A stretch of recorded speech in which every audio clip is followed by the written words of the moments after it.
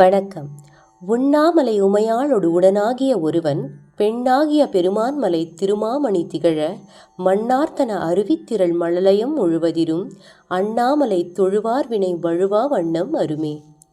இவ்வாறு திருஞான சம்பந்தர் திருவண்ணாமலையில் ஜோதி வடிவமாக திகழும் சிவபெருமானின் பெருமையை பாடுகிறார். திருவண்ணாமலையின் சிறப்பை கூறும் புராணக்கதை பின்வருமாறு.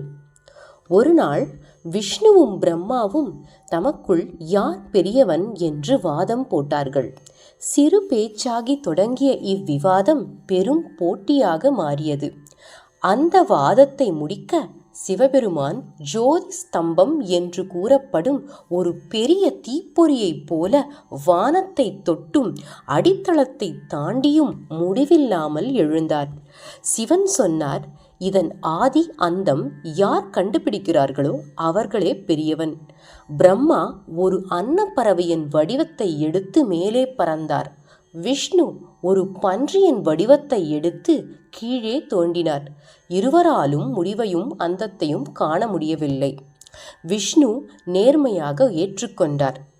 பிரம்மா பொய்யுரைத்தார். நான் மேலே சென்றேன், முடிவை கண்டேன் என்று பொய்க்கு சாட்சியாக ஒரு தாழம்பூவையும் கொண்டு வந்தார். அதனால் பிரம்மாவுக்கு ஆலயங்களில் பூஜையே கிடையாது. தாழம்பூவை சிவனின் பூஜையில் வைக்கப்படாது. சிவன் தோன்றிய அந்த பெரும் ஜோதியே பின் மலை வடிவம் எடுத்தது.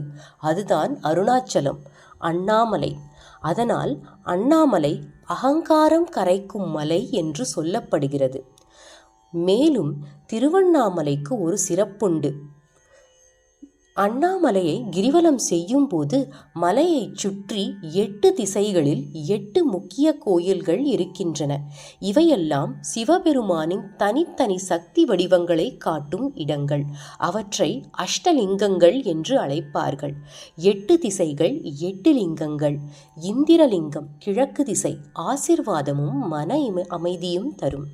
அக்கினிலிங்கம் தென்கிழக்கு, துன்பம், கெட்ட எண்ணங்கள், மனசோம்பல் எரிந்து போகும்.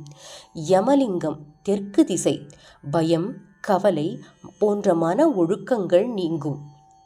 நிருத்தலிங்கம் தென்மேற்கு, வாழ்க்கையின் தடைகள் நின்றுவிடும், முயற்சிக்கு முன்னேற்றம் தரும். வருணலிங்கம்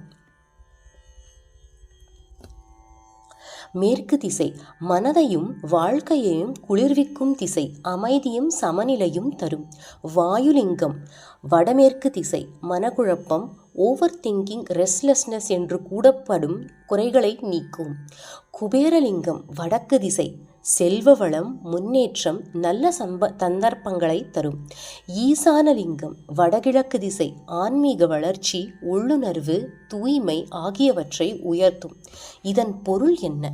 திருவண்ணாமலையை சுற்றுவது ஒரு மலையை சுற்றுவது அல்ல, நம் வாழ்க்கையை 8 திசைகளிலும் சமநிலைப்படுத்துவது, 8 சக்திகளையும் உள்ளுக்குள் விழிப்பது என்பதற்கான அடையாளம். இதுபோன்ற எளிதான ஆன்மீக விளக்கங்களுக்கு தொடர்ந்து இணைந்திருங்கள். இறைவன் அருள் நிறையட்டும், செல்வம் பெருகட்டும். நன்றி.